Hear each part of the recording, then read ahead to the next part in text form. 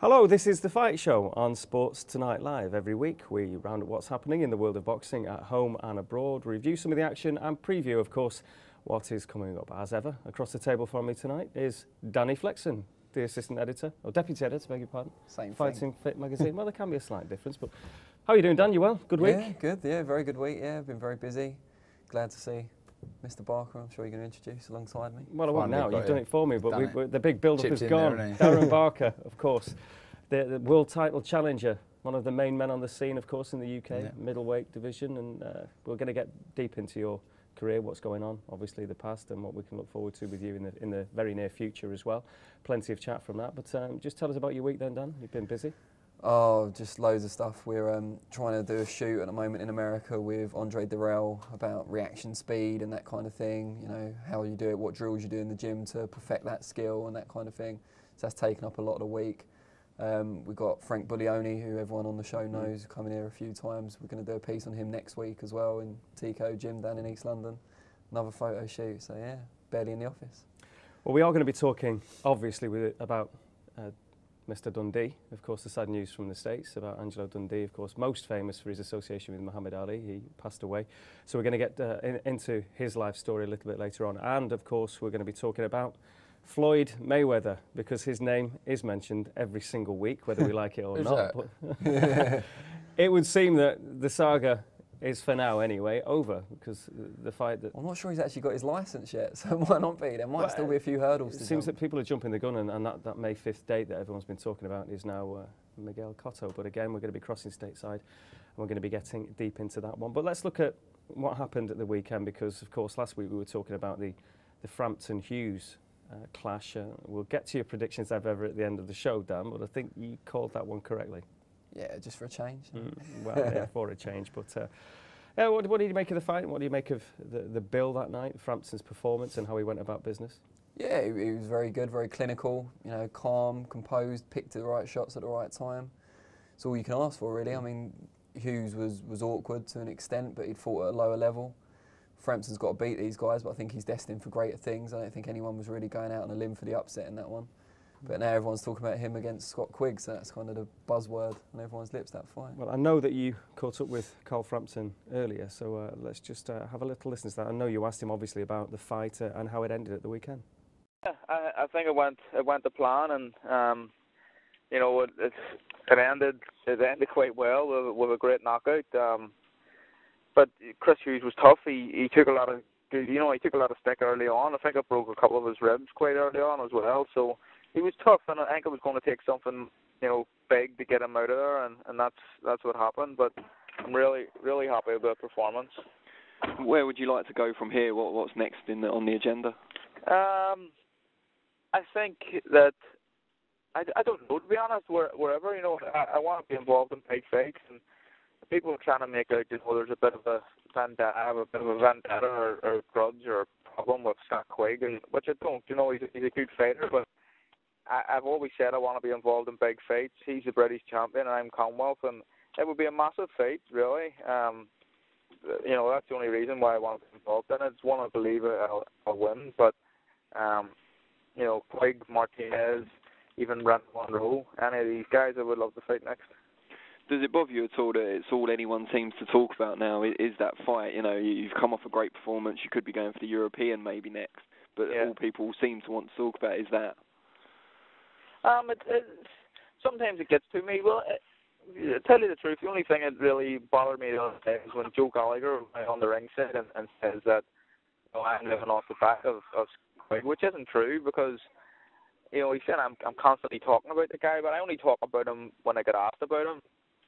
There is big fights out there. I could be boxing Kiko Martinez for a European title, and, you know, in the next fight or the fight after. So there's different options there for me. But I said, you know, there's I'll fight any of these guys, any of the top boys in Britain or Europe. I'm more than ready for them now. We could talk about Carl Frampton, we could talk about Scott Quigg, but I think what would be best now would be to get the reaction of a certain Scott Quigg, because of course the British champ, super bantamweight, is on the line now. You've just heard what Carl's had to say there, Scott, and I know there's respect between... I didn't get to hear any of that, mate. He went silent. He said he hates you. Yeah, he took some liberties there. Now, basically, we know that there's plenty of respect between you guys, but I mean, he obviously put on a show last weekend. What did you make of his performance against Hughes? He did what he had to do, looked good against who he was in with, and finished it well. So all credit to him for putting on a good performance, but nothing that I weren't expecting. I weren't expecting anything different, to be honest with you. You've got your own big fight at the weekend, obviously, against Jamie Arthur. Is there any sort of one-upmanship, rivalry between you and Frampton? He's put on a good show, you want to put on an even better show? No, it weren't. I watched the fight the other day. Well, didn't even watch it on the night, watched it the day after. And I didn't watch it as if I'll be fighting him or anything like that. I'm concentrating on it's Jamie Arthur, and I'm not thinking about I've got to put on a better performance. All I've got to do is go on Saturday night, is win the fight and do what I normally do and put on a good display. Is there a bit of a feeling anyway, Scott, that this is something that can happen down the line? I mean, you're both young fellas. There's not much between you in age. I mean, you're more experienced in terms of the amount of fights you've had. But, if you two, are the real deal, if you like, and I'm not suggesting you're not, but, it could be something a bit further down the line that we could really look forward to. We've just been a bit impatient, maybe. It's one of them. I don't get wrong. I'll fight anybody. But you get them saying, "Oh, we'll make the fight now," and you could get the difference between Martin Murray wanting to box Darren Barker. Both fighters want it, but they can't make it happen because exactly. You're probably in the same boat as me. At the end of the day, I mean, the fight with you and Frampton is going to be around for the next couple of years. It's just about being a bit selfish and doing what's right for yourself. Yeah, exactly, and then that's the thing is you do what's right for yourself, and then when it does happen, it'll happen at the right time, and then whoever goes on to win then moves on to bigger and better things. Exactly, mate. And we've seen, obviously, this week, I think we've all seen the press release your promoters put out talking about a possible world title eliminator in the near future should you get past Arthur at the weekend. Is there any particular world champion out of the main four that you'd like to go for more than the others? Like I said, I'm just concentrating on Jamie Arthur at the minute because this isn't going to be a pushover fight. But looking at the champions, I said the weakest one's the IBF champion, and I need to watch a bit more of him because I've not seen too much of him. But the others are, a few levels above. I think so anyway. Just a word about Jamie Arthur, because I think he feels that he's re-energised by this challenge. You're not going to underestimate him, as you've made that quite clear as well. You've got a common opponent in Jason Booth as well. I mean, how do you see the fight shaping up? What are you expecting on the night? I'm expecting, like I say, Jamie Arthur to come back. He's had a long break. Some people think that could hinder him, but you've got to look at it. He could have recharged his batteries and he's come back with a bit between his teeth. So he's going to come out, he'll be all fired up and he'll be there till as long as he can be there till. And I'm expecting a very tough fight, but one I've prepared like I need to prepare for it, and confident of doing the business. Scott, how do you think you've kind of developed since you've been with Joe Gallagher? Because it's been a couple of camps now, obviously, a few fights. How do you feel you've kind of come on since you've been with him? Like I said, the first fight with Jason Booth, that was probably my best performance, and it needed to be. But the training, that was the first camp I had with Joe, under Joe. So for this one, I've been more used to the training. We've been able to work on more things, and I think you're going to see a better performance than the last one.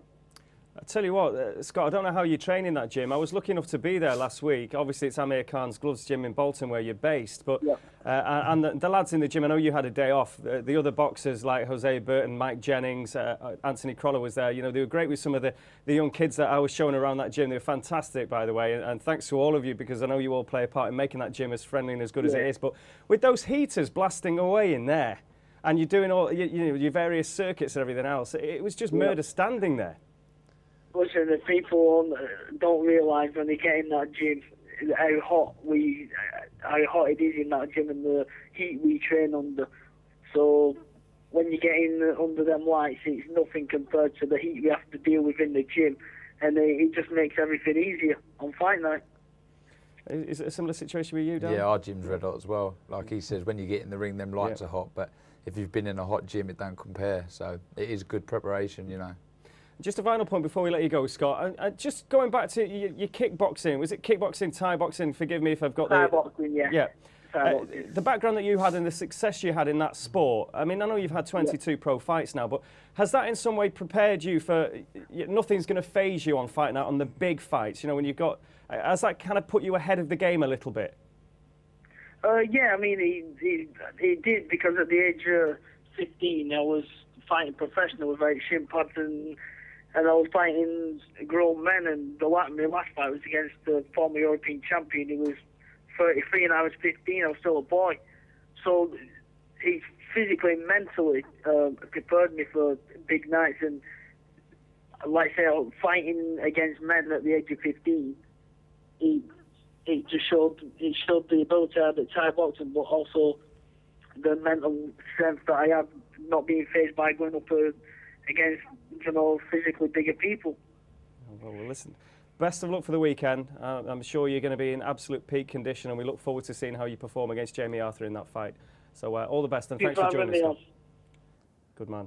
So it's certainly, it's funny enough, by the way, I was doing a little bit of a quick look at Scott. I mean, obviously we've seen all his fights in terms of some of the background. I know what you're going to say. You get a quote on his Wikipedia page. Yeah. So what's that all about? I was going to bring that up, so I'm glad you did.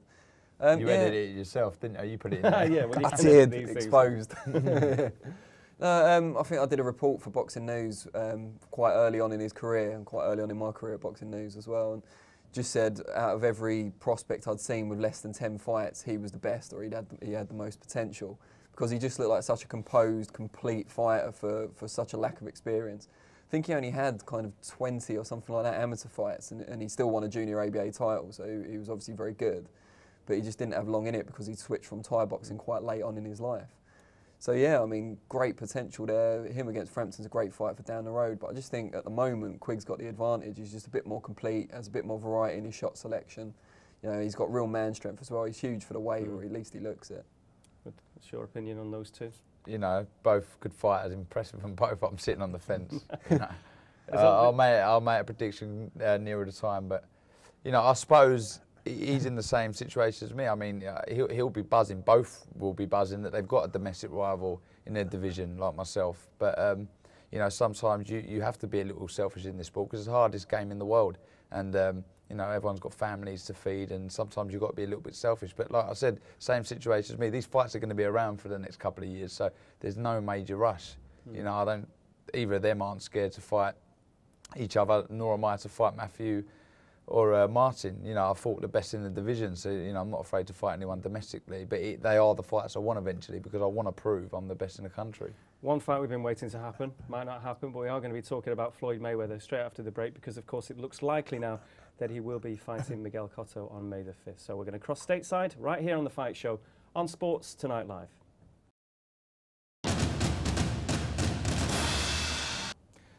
This is the Fight Show on Sports Tonight Live. Alongside me, Don McGuinness, we've got Danny Flexen, and we have Darren Barker, of course. Now, Darren, you're obviously back in the gym. Yep. Talk us through what's going on at the minute. Training hard, you know, back in now. Obviously, want to get back in there.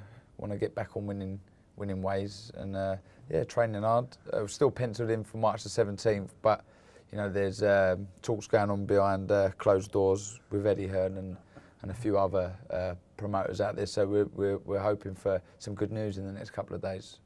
Any preference? Not really. What kind of a? No, it's they're looking more likely every day, so looking forward to it. You know, I'm still chasing that ultimate dream of becoming a world champion, and I'm not going to stop till I get there. And how's the break been for you after the Martinez fight? Beneficial. You know, physically I needed a break. You know, I trained like an absolute lunatic for that fight. And mentally, you know, I'm refreshed. I'm ready to get back in there. You know, if there was any doubts of me carrying on, that they were soon sort of eradicated as soon as you know, as the months went on. It's like, you know, I need to get back in there. I would not want to finish boxing on a loss like that, even though it was against a great champion. I want to get back on winning ways, and you know, I've got a dream. You know, I don't feel content yet. I used to feel content with what I'd done, you know, winning a British, Commonwealth and European. I used to think, you know, this is a dream come true, but now I've had that time to rest, you know, I want that world title, and I don't think I'll stop until I get it. We were talking before, your daughter was what, first birthday a month ago or Yeah. so? Is that kind of added motivation now that you've got family to support? And Definitely. You know, I suppose that it makes it all worthwhile. You know why you're doing it now. I've got a family to feed now, and I suppose that goes back to me being entitled to being a little bit selfish. You know, the fans want to see these Macklin-Murray fights, and I want these fights, but at the minute, if there's a bigger fight with more money on the line, then I'd be crazy not to take it, because, like you said, I've got a daughter, and you know, it's my job. And as much as I want these sporting achievements, like becoming a world champion, I also need these financial gains. So we are going to cross stateside now, where you, of course, fought Martinez in Atlantic City. He's not in Atlantic City, but he's wearing a very fine hat. Bo Dennison, American boxing writer. Thanks for joining us. Now, firstly, Bo, I know we're going to talk a little bit about Angelo Dundee, but what's your view of the Mayweather-Cotto scenario? I think it's the best option out there, to be honest with you, seeing as they couldn't figure out how to get Pacquiao and Mayweather together. And that's a situation that I see as totally ridiculous. I can't figure out how you get two guys that can't figure out how to split $50 million between the two of them. Ridiculous. Now, just it's the kind of one of the longest running, almost boring sagas now that's gone on for far too long anyway. I mean, in terms of this prison date moving and everything else, I mean, it stinks really, doesn't it, in terms of Vegas and everything else surrounding this? Well, it's bad for the sport. I mean, in relation to the 80s and the 70s, where you had the top fighters fighting each other on a consistent basis, this is ridiculous. I mean, everybody wants to see that fight, and I don't think anybody, even though the third Pacquiao-Marquez fight was decent, I don't think anybody really wanted to see that fight. They wanted to see Pacquiao and Mayweather. Yeah. And as far as Cotto goes, I would give Cotto a puncher's chance, but I think Mayweather has too much speed for him. That's just my personal opinion. Yeah, I mean, it's kind of the best that they could have hoped for, I suppose, Cotto. I mean, the only other option really was someone like Martinez, who's a bigger weight, or someone like Alvarez, who's unproven yet. So do you think Cotto's kind of the best of the bunch out of who they could have chosen? He was the best option out there for him under the circumstances. I think he's the best name out of the bunch, but to be honest, I think the name is the only thing that's capturing the imagination of this fight. You know, I think, to be honest, I see a Mayweather stoppage, mid to late stoppage. Definitely. Is it all just pay-per-view, though? I mean, is it the fact that they know how many they can shift with Cotto's name involved? That's definitely possible. I think I'm one of the American boxing writers that thinks there's too many pay-per-views, to be honest with you. For the price that they charge, and, you know, the quality of the cards that they put together, it's not conducive to the price tag, especially in a global recession. Yeah, this will still do over 1 million pay-per-views. That it's almost nailed on. Mayweather could do 1 million pay-per-views against Donald Duck. I realize I'm in the minority there. And just a word, obviously we heard the sad news about Angelo Dundee, and obviously people are getting to grips with that news, and it's the Muhammad Ali Association, Cassius Clay and everything. I mean, that's what he will be largely remembered for, but obviously his Sugar Ray involvement was huge as well. What are your own recollections? Did you ever have the chance to meet him?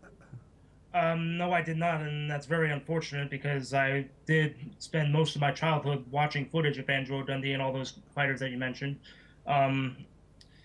I do live in the Tampa Bay area where he resided for the last several years of his life, and I did have the opportunity to watch or listen to the radio this morning, and it was nice to hear all the warmth and condolences pouring in for Angelo Dundee. So what's the key moment for you in terms of his career? Well, there's a couple key moments. The most obvious one would be the 1981 fight between Sugar Ray Leonard and Thomas Hearns, when between, I think it was the 8th and 9th round, Dundee told Leonard, "You're blowing it, son, you're blowing it." And Leonard turned it up. It was one of the greatest fights I've ever seen. There's a lot over here. The Henry Cooper fight has great significance as well. The old tear in the glove business, which has never been forgotten. The tear in the glove, the loose ropes, and Zaire. Yeah, well, that whole rope-a-dope, if it was a plan, was that Dundee? Was it? I mean, what's the story behind that? I don't know if you'd ever get a straight answer out of anybody that was involved. What I've heard is that the ropes were loose and that Dundee had inspected the ring beforehand, and that the ropes were loose, and that was supposedly done to give Iole more leverage as he leaned back. I don't know the truth as far as the validity of it or not. So in terms of trainers, chaps, I mean, obviously you have your own Darren. We have Darren Barker, middleweight. You probably saw, I'm sure, his fight with Martinez over stateside. But in terms of trainers and Dan, I mean, where does he rank? Oh, at the very top. I mean, you can look at it two ways. He's been involved with two of the very best boxers that we've ever seen, as well as many others as well. So is that purely by chance that two great, naturally talented boxers happen to pick him? I wouldn't think so. I mean, he's improved them, and especially in the fight that our guest just talked about against Thomas Hearns there, where they both kind of switched their styles. Hearns was expected to come out really aggressive. Instead, he boxed Leonard from the outside and did a really good job of it. Leonard was expected to dart in and out, and he actually became aggressive, or he was forced to become aggressive, as Angelo Dundee told him he was blowing it. He was well behind. Dundee inspired him in the corner. He went out, turned up the aggression, and stopped him, right near the end of the fight. So, that kind of importance of a trainer in the corner and having someone not just that can teach you technically, but can motivate you when you're in deep trouble, that's so, so important. Have you any moments like that? Yeah, I suppose I have a similar relationship as them great fighters did with Angelo, with my current trainer now, Tony Sims, and you need to be in there with someone you can trust and you can listen to, and you're going to get the correct, instructions in a corner. And I suppose Angelo now, he's the benchmark for all aspiring coaches now. He's where they want to be, training legends like he did. Thank you very much for your time and your recollections. Thanks, Bo. All the best to you. So we're going to cross stateside again, because obviously we're going to look at a little bit more at this as well. But in terms of your day-to-day training, I'm a bit fascinated with this. I know Danny, obviously, with your association with Fighting Fit. Your average day now in the gym, when you're not sparring, for example, what are you doing? I work closely with my trainer Tony Sims. He studies the game more than anyone I know. He's a technical sort of genius, if you like. And we're always sort of learning new things, studying great fighters and trying to take a little bit from each great fighter. And if you can do that and mould it into my own style, like as if he's trying to do at the minute, then you can't go far wrong. So we work closely on tactics and obviously a lot of hardcore stamina work. They've got a room as well at the gym, upstairs. This tiny room where they can sleep if they're knackered after training. It's the smallest room you've ever seen, but two of them like share a prison cell, but boxing's not a nice sport. So all these rough, tough, sort of old school techniques really help come fight night. We're going to cross stateside again.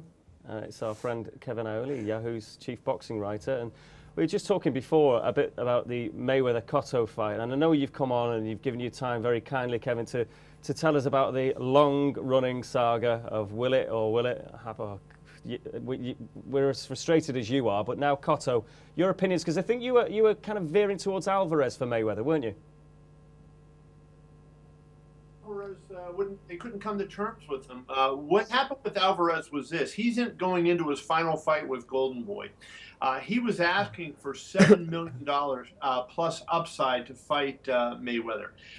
Plus he wanted his contract to be, or Golden Boy wanted his contract to be extended. Alvarez wanted to just say, you know what, I want to fight this fight and then go out and see what the market bears. And they could not come to an agreement because of that, because there was so much, such a big gulf money-wise, and then with the extension with Golden Boy. So as a result, Golden Boy was forced to look in a different direction. And Cotto was the perfect opponent at that point, because they couldn't work out a deal for Cotto to fight Manny Pacquiao. Pacquiao would not fight Cotto at higher than 147, welterweight limit.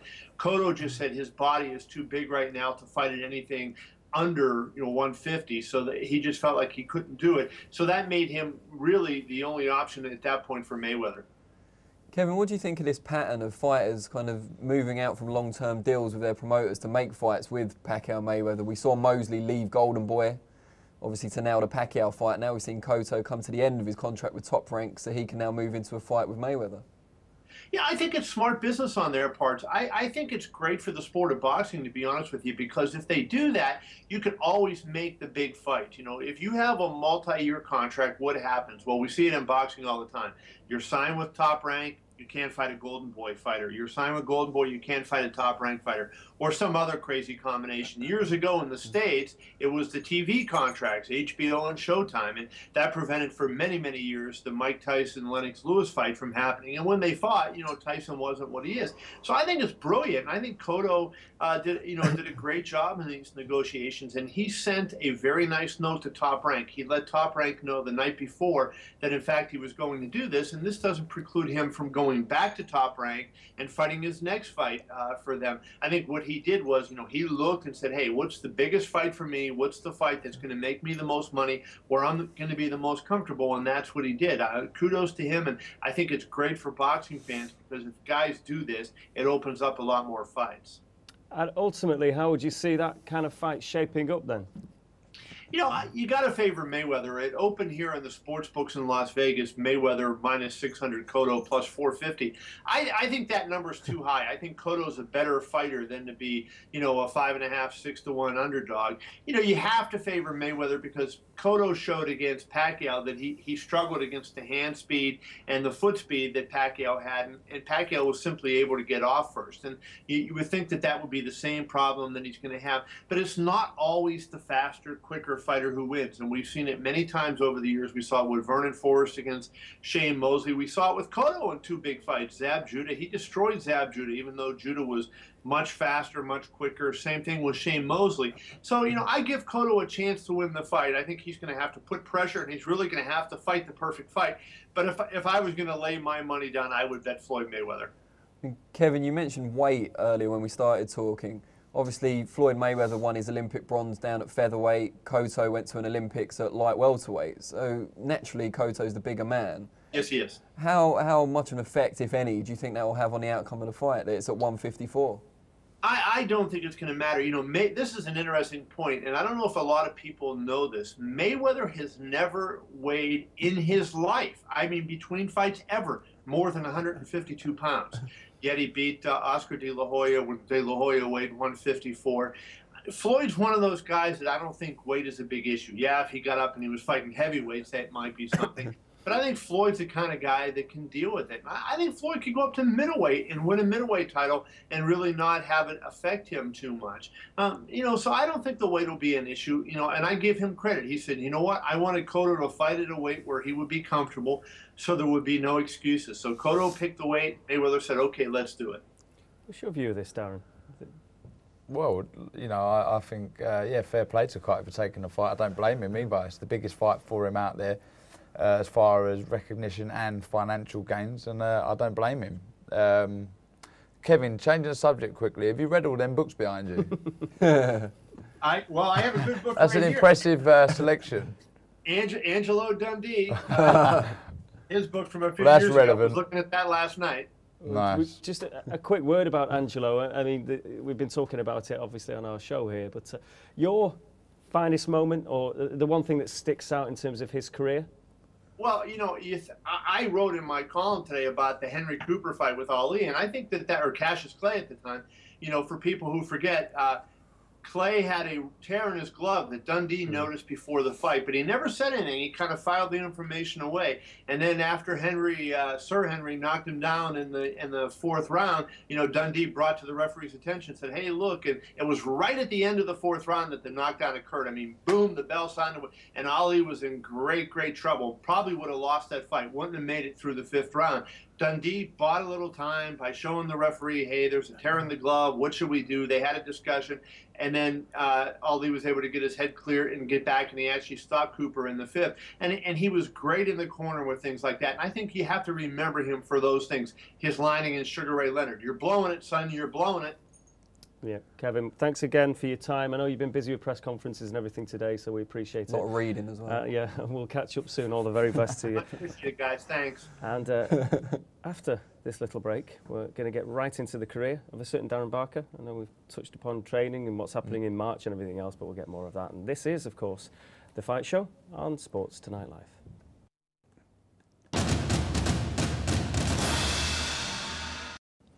It's the Fight Show on Sports Tonight Live. Danny Flexen in the studio with me, Don McGuinness, and Darren Barker, our special guest. And this is your bit, Darren. We want the Darren Barker story now. The boring part of the show. Just to start with, because I know you won gold at Manchester 2002. Your amateur pedigree was excellent. Olympic year. What are your thoughts now about London 2012 and Team GB? And, you know, is there a part of you, even though you've forged a fantastic professional career, that thinks, you know, that would be special? I'd love to say I was an Olympian, but, you know, things happen for a reason, and, you know, I've never looked back, to be honest. I don't think it's a good trait to have, looking in the past too much. But as far as the team's concerned, I think we're really going to see some medals. You know, I've been up there training a bit before the Martinez fight, sparred with a few of the boys, watched a few of the boys, and they're looking really, really sharp. And I'll be very, very surprised if we don't. You know, I'm actually predicting at least 2 gold medals. You know, there's such a great side. I know it's the competition out there is tough, but you know, I think we're in for a real good shot at winning some medals there. You captained England, didn't you, or GB? Yeah, a bunch of nutty scousers. It was.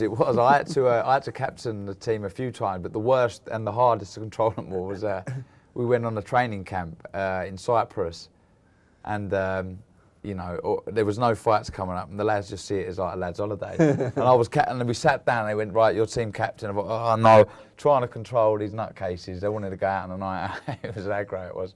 But yeah, I mean, proud moment for me that was captaining the side and even fighting for England, because I left Finchley Amateur Boxing Club and fought for Repton, and it was where my dad used to fight. My dad won the ABAs, and as you walk in, I don't know if you've ever been to Repton, but as you walk in there, they've got everyone from going back years and years. Anyone who's represented the country is on the wall. Little picture, hands up with the England vest on.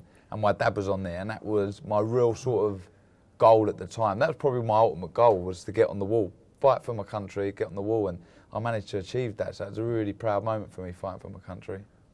Boxing has been a real kind of family affair for you. I know we were talking earlier about your brother. Obviously, would have been his birthday. Yeah, it would have been his birthday today, and he was a real talent. But you know, like we were saying earlier as well, through my success, you know, his name lives on. Look, we're talking about Gary now, and see him up there on the right, isn't it? Yeah, that's him on the right. He was naturally really talented. It was something I had to work out. I didn't really have a natural gift, I don't think, but Gary, as soon as he stepped in the ring, he just had, you could look at him, and everyone was like, how many fights he had? He's like, no, he's never fought before. He just had that real natural gift, and yeah, he would have, I'm sure he would have gone on to, well, either even compete in this 2012, where he'd have been professional, doing really well. So, you know, hopefully I'll keep doing well and making him proud. And that's part of the drive, obviously. Not just now, seeing you mentioned Repton and the vest, but, you know, your ambitions change, don't they? And obviously what happened...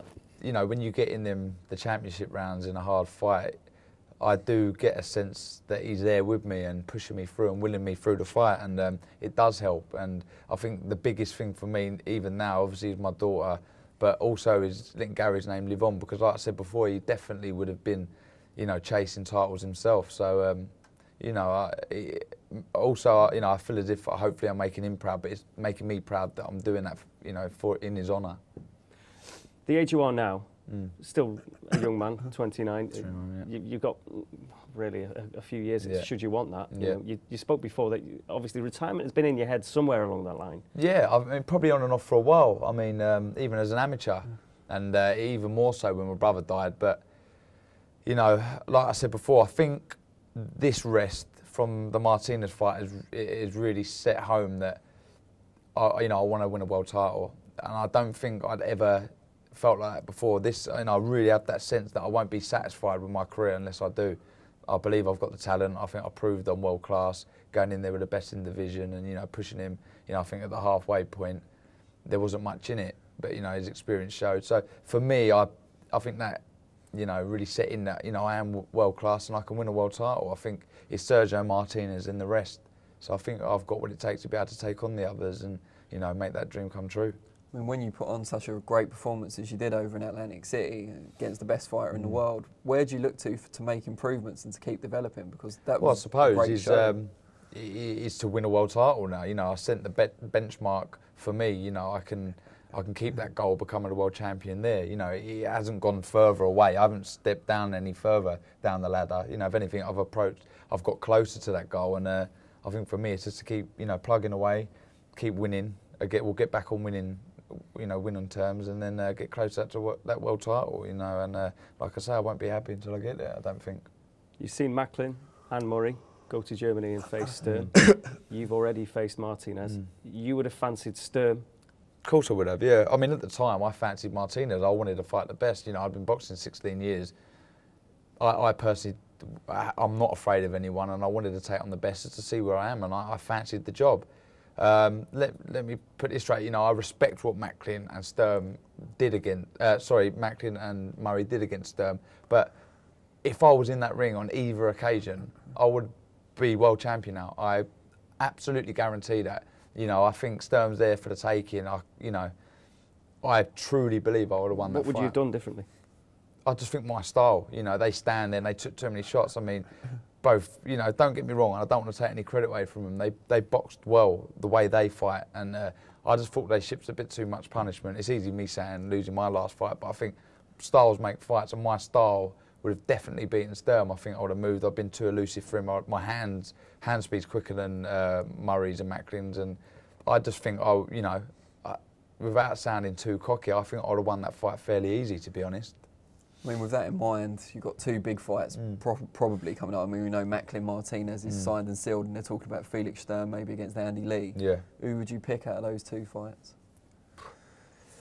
I think Lee beats Sturm, to be honest, yeah. You know, quite comfortably. I think he's got the style also to beat Sturm, and the other one, Macklin Martinez. Yeah. I think Macklin's style suits Martinez down to the ground. You know, I think he's there to be hit, Matthew, but I suppose, you know, he's got the puncher's chance. He does it hard. Obviously, his record proves that, and he'll be in there till the end. And I wish him all the best. I generally do wish him the best. And you know, I'm a British boxing fan, and you know, I'm passionate about British boxing, and I really want us to do well. I want us to take over in boxing. So obviously, Macklin beating Martinez would do that, and also that gives me an opportunity to fight Macklin for something, you know, huge. Will you give him a bell? Are you going to speak to him?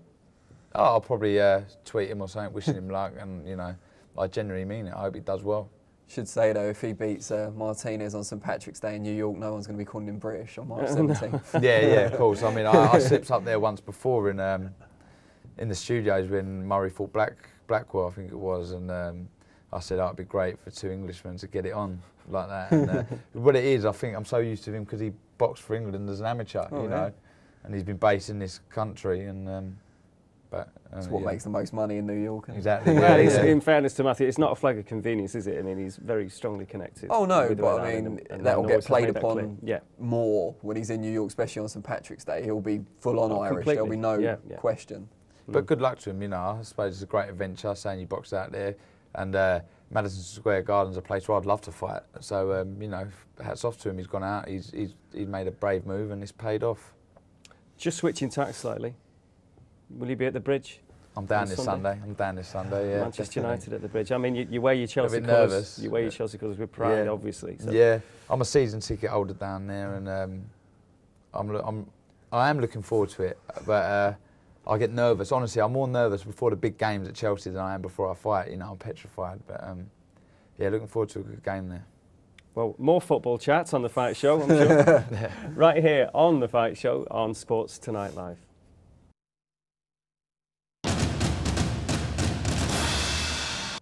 It's The Fight Show on Sports Tonight Live with Super Danny Flexen and dazzling Darren Barker. Super Danny's going to stick now, I'm sure. Oh, without doubt. Dodgy Danny. It's more appropriate, yeah, probably. It is the Football Hour with Darren Barker. We were just talking before, obviously, before we came on air, about it's a big part of your life, and football and boxing go hand in hand, let's face it, in terms of... We're talking about football? We're talking about Chelsea? There's a reason behind this. I know you're good pals with Joe Cole, who I've seen at many fights. He absolutely loves his boxing, doesn't he? He does. He does love the sport. Probably similar to how I love football. I mean, I grew up boxing and football. If anything, football was the #1 at the time. Growing up, all your mates playing football. And... yeah, Joe does love the sport. He comes to my fight when I fought McDermott at Watford, and he loves it. And also love going down the Bridge as well. It'd be, you know, hopefully he gets down there again one day. He's still doing the business for Lille. It's a nice little switch for him, isn't it? Yeah, it is. I think it's nice for him to get the British press off of his back. He can go out to France, enjoy his football, and it shows. I think his performances have been fantastic out there, and who knows, we might see him back at Liverpool, we might see him stay out there. Well, back to the sport that's made your name. Yeah. How's the alliance with Matchroom working for you? I mean, Eddie's obviously progressing, seems to be going from strength to strength. How's it impacted on you? Fantastic. Just enjoying. That's another thing that's really given me an extra boost. You know, I'm buzzing. I'm part of a team that I love. I mean, enjoying every second. I have a good laugh with Eddie. We're friends, but professionally things are so good, and it's just a good camp to be part of. Kel, obviously, Kel Brook.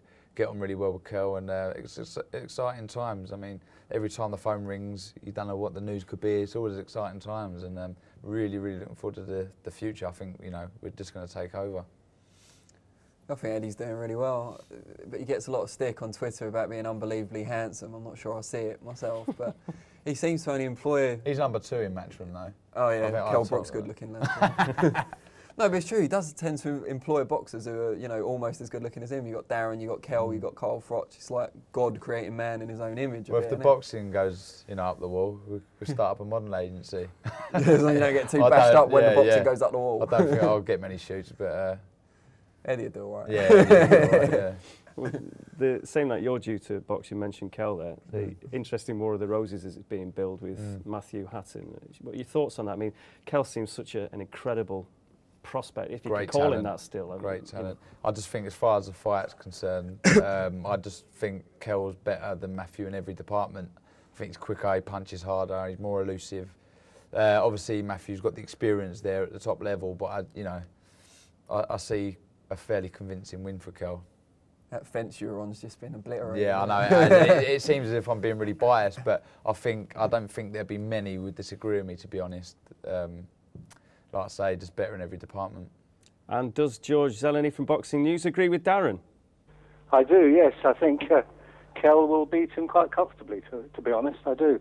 He's got more variety, he's younger, quicker. Matthew's a decent fighter, but he's not a big puncher or anything like that, and he's a pressure fighter. Kel's skillful. I just think he'll pick him off all night, really. George, have you been employed by Matchroom now as well? You're quite a handsome fella. No, I haven't, but I like to think I can read a fight sometimes. Well, I think you'll agree, though, George. It does capture the imagination of the British public. Then it's a big domestic fight, and you know, I think the arena's almost packed out. So it'd be a great night, I think, regardless of the result. Well, I think it's going along the lines we all want to go along, that these British fighters actually fight each other. You know, it'd be like... Was that a dig at me? Sorry? Was that a dig at me? Not really. I just think that, you know, as a boxing writer and as a fan, you want the best fighters to fight each other, just like the Pacquiao-Mayweather business, isn't it? So when you see two top British fighters fighting each other, it's a great thing, I think, and I hope the place is packed. We could talk to you about anything, George, but I know that you're joining us especially to give your own tribute to Angelo Dundee. That's right. So fire away.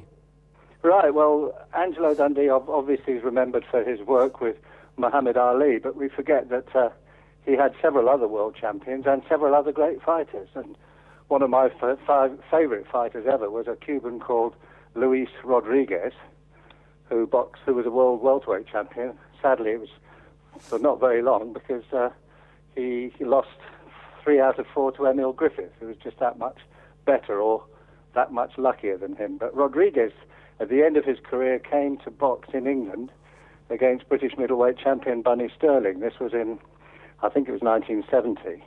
And as a young fan, I knew Rodriguez was in town, so I went to watch him train up in the border control gym up in Haverstock Hill in those days. And when I went to see him, I watched him spar, and he didn't speak a lot of English, but Angelo was there.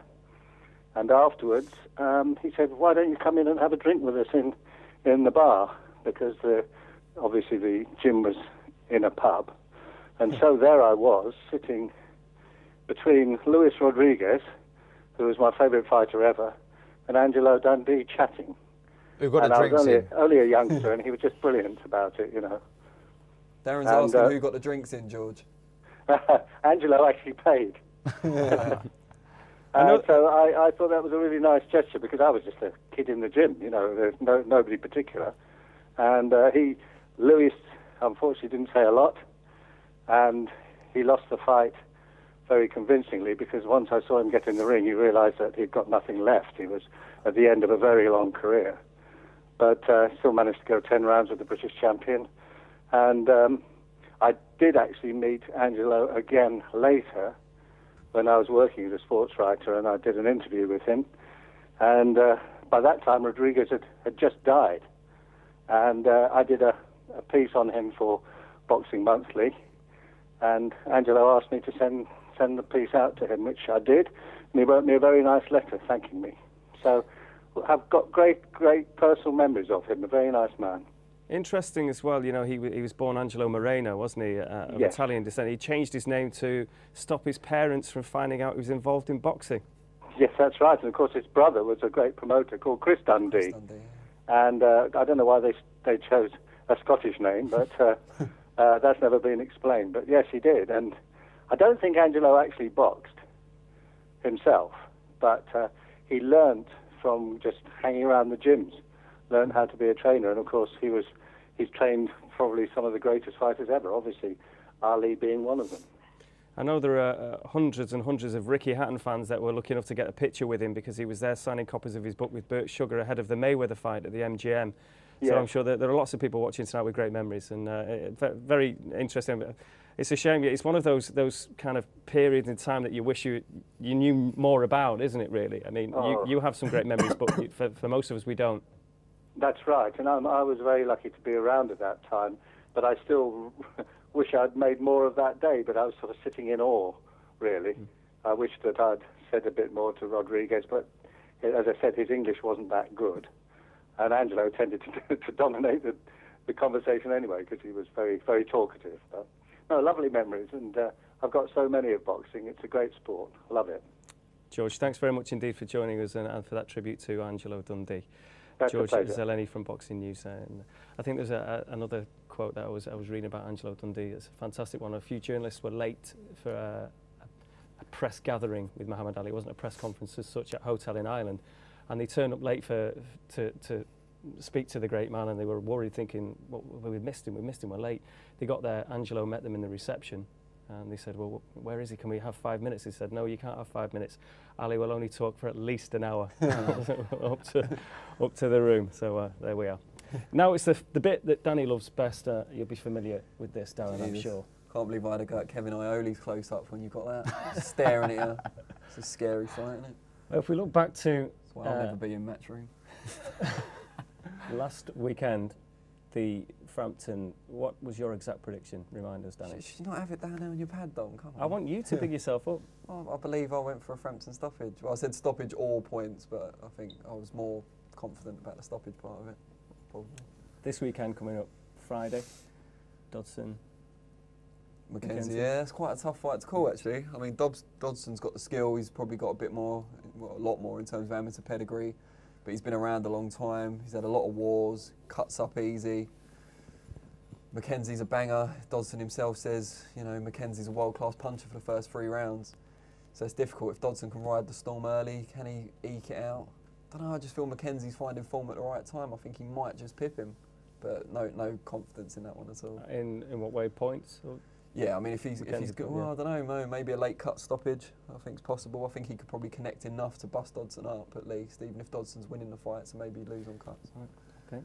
Darren, have you any thoughts on that If fight? cuts don't play a part, I'll go Dodson points. Are you a member of the Flex Pack, by the way, Darren? Darren is a member of the Flex Pack, yeah. He follows me on Twitter. A minute, yeah. Only on Twitter. As far as I know. Yeah. You throw Scott Quigg, Jamie Arthur. That's an altogether easier one to call. He says, preparing for egg on my face next week if Arthur pulls. Well, as your wiki entry would obviously back up. Yeah, I mean, I think Quigg's a fantastic prospect. I've never failed to be impressed by him. I think Arthur's retired twice and come back now, and I always worry when a fighter retires once and comes back. Once you could say they think they've still got more to achieve, but twice just makes you think, what are their reasons for coming back? I think Quigg's just getting better and better with every fight. I think he's naturally bigger than Arthur. I think he hits hard, and under Joe Gallagher he's added a bit of urgency to his game as well, so I'd fancy him to stop Arthur sometime in the second half. Darren? I'm going 5th round. I'm actually going to call it. It's Quigg 5th round. Yeah, quite I agree with you with coming out of retirement twice. Does question your sort of reasons for coming back, and I agree. I think Quigg's a great fighter, and I think he'll prove that. And is the 5th round, in your experience, when you're really going to be feeling it in Jamie I suppose Arthur's you're shoes? approaching, you're getting to the midway point, and I think he could have really done a bit of damage by then, and I think, I don't know why I'm saying the 5th, I just fancy somewhere around the midway point, I think it'll get him out there. And a very, very quick prediction, Chelsea versus Manchester United on Sunday? I'm going to Chelsea win. I mean, we've done City at home, so I think we'd like to do the other Manchester team at home as well. So I'm going to go a 2-1, similar score. Well, it was the same 2-1. I'm not involved in Danny in any Liverpool chat. I'd settle for 3 red cards and 2 injuries apiece. Yeah, would you indeed? Well, thank you very much indeed for your time. It's been a pleasure having you in the studio, Darren. Thank you, Danny. We'll see you next week, of course. Brilliant. And yes, you've been watching The Fight Show right here on Sports Tonight Live.